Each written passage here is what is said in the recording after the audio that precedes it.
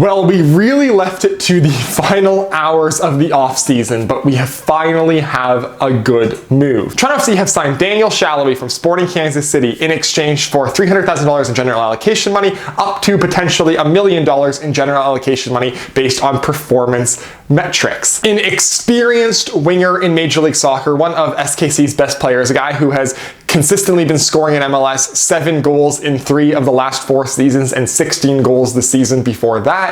Salloi is a very good winger in Major League Soccer and a former designated player in Kansas City. Key to this move is he will not be a DP in Toronto. This is perfect. This is a perfect MLS signing. It fits with the Mihailovic vision of guys who you know what you're getting in MLS, guys who you know are going to contribute, and to get him as not a designated player is absolutely massive for Toronto FC, because it means we still have our DP spots open to potentially get Josh Sargent, which is all but confirmed. I'll likely be making another video on that today. And with that, we're starting to look like a team. We've been stockpiling GAM for a long time now, and I guess this is what it was for, $1 million in GAM. Massive MLS trade for Salloi. 29-year-old Hungarian winger, guy who, 29, starting to potentially slow down, but still has a couple years left of being a contributor in Major League Soccer. A guy who you are getting a winger who can produce in MLS. Add that to if you're playing a 4-2-3-1, your 3 attacking midfielders being Mihailovic, Salloi, and Corbeanu. That is looking like an MLS squad right there, an MLS offense that can do things. And I know how literally just in my last video I was talking about what is Toronto FC doing? What are we picking up? Who are we getting to be a contending team?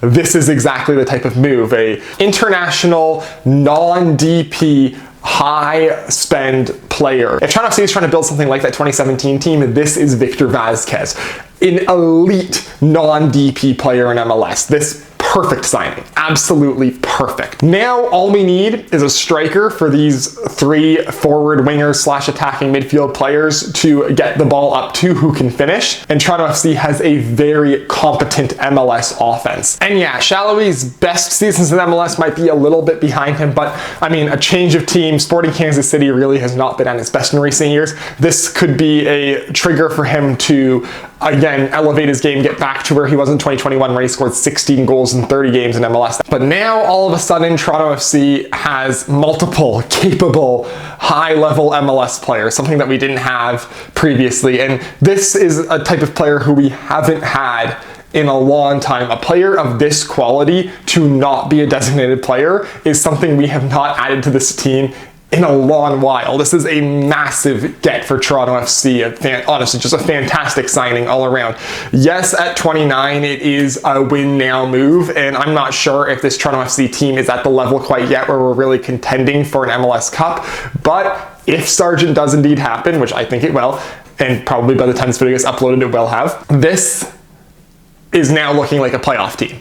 And that is step 1, because this team has not made the playoffs since 2020. So just the fact that we're back in a situation where I'm saying, yes, we should be making the playoffs with the players we have is massive. But yeah, Daniel Salloi, big get for Toronto FC as a non-designated player. Solid winger.